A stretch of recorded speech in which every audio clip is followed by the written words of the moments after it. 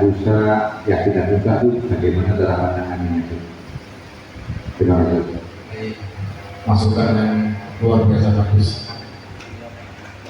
Bagaimana penanganan Al-Quran yang rusak? Nah, justru pada malam hari ini kita fokus sama-sama. Kita kan di situ tadi ekspor atas aksis. Terus Pak untuk awal stop kalau kurang lebih Pak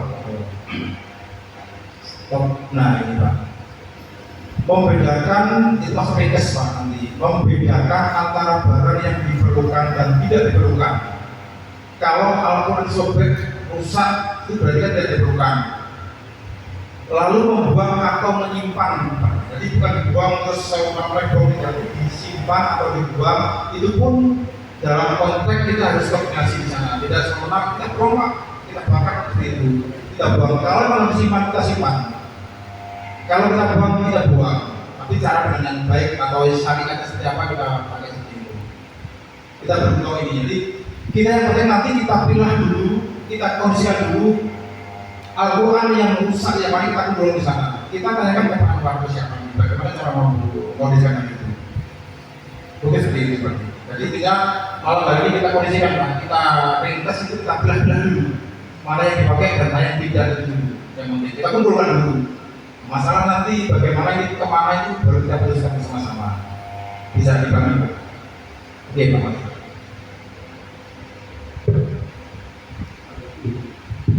Assalamualaikum warahmatullahi wabarakatuh. Waalaikumsalam.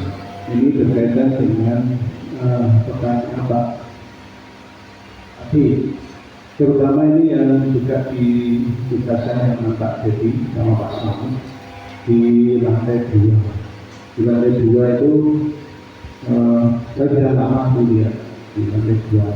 Terutama banyak di situ Al-Quran, banyak sekali Al-Quran dan kebanyakan memang lama yang tidak dipakai lama dan nanti harus dijelaskan betul itu sudah. Kemudian kalau memang tidak bisa digunakan itu nanti harus kita, kalau Al-Quran ini karena kalam Allah ya, kalam Allah itu kita harus memindahkan, tidak boleh misalnya dibuang atau harus ada kaidah tersendiri khusus untuk Al-Quran. Di Al-Quran itu nanti memang ada 2 cara. Yang pertama adalah dibakar, kemudian tulisannya itu sampai dengan tidak bisa terbaca. Dibakar pun itu kita niatkan memuliakan Al-Quran. Kemudian setelah dibakar, abunya itu harus dipendam ke tanah, kita kembalikan ke tanah itu, kita kembalikan kepada Allah. Kemudian ada syaratnya juga di tanah itu kalau bisa tanahnya tidak dilewati oleh orang. Ini yang agak susahnya begitu. Yang kedua caranya bisa dilakukan Al-Quran itu kita ada mesin kaca dia sampai tidak terbakar, kemudian nanti sama dibakar, kemudian dimasukkan lagi ke dalam tanah. Kita pembesaran Al-Quran seperti itu bermaksud dalam rangka untuk memuliakan kaum Allah. Jadi tidak serta-merta dibuang atau tidak, khusus Al-Quran. Kemudian untuk yang ini Pak, yang menginginkan karpet usang, kemudian ada dinten juga itu dengan tidak terpakai atau apa, monggo, karena ini kan kalau bisa memang usang itu kalau misalnya bisa dipakai dibakar. Karena ini kan mereka kan yang dulu kan juga amal jariah, supaya amal jariahnya dia juga bisa mengalir. Kalau tidak bisa betul-betul tidak bisa digunakan, nanti baru kita makan. Ya. Kemarin di Atapa juga sama Pak, ada karpet itu yang hijau dulu itu kita dibakar. Dan kebetulan di masjid ini raya itu kan masih berupa itu ya, masih tanah ya, masih sudah terseran ini, dan di situ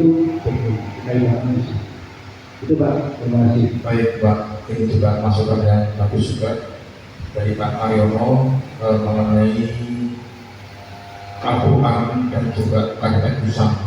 Tapi nanti Pak, itu nanti maksudnya yang pertama adalah kita pilih dulu Pak. Kalau memang ini benar-benar Al-Quran yang sudah tidak layak, itu nanti mau dibawa mana itu kita kumpulkan dulu. Yang kedua itu terhadap usang itu bagaimana kita pun juga akan kumpulkan dulu. Kalau begitu nanti kita juga akan usulkan atau kita tanyakan kepada Pak Anwar Musambat Pak, bagaimana cara mengelola, bagaimana syar'inya itu seperti apa itu kita tanyakan. Karena kita melangkah dari berdasarkan seperti itu Pak Pakir, dan tidak serta-merta kita membuang. Itu pun juga yang kami sampaikan di awal Pak. Jadi kita tidak harus membuang seenaknya, kita kumpulkan dulu. Kalau memang kita buang, kita kondisikan dulu, baru kita melakukan eksekusi. Itu juga ada dasar yang benar seperti apa. Terima kasih Pak atas masukannya Pak.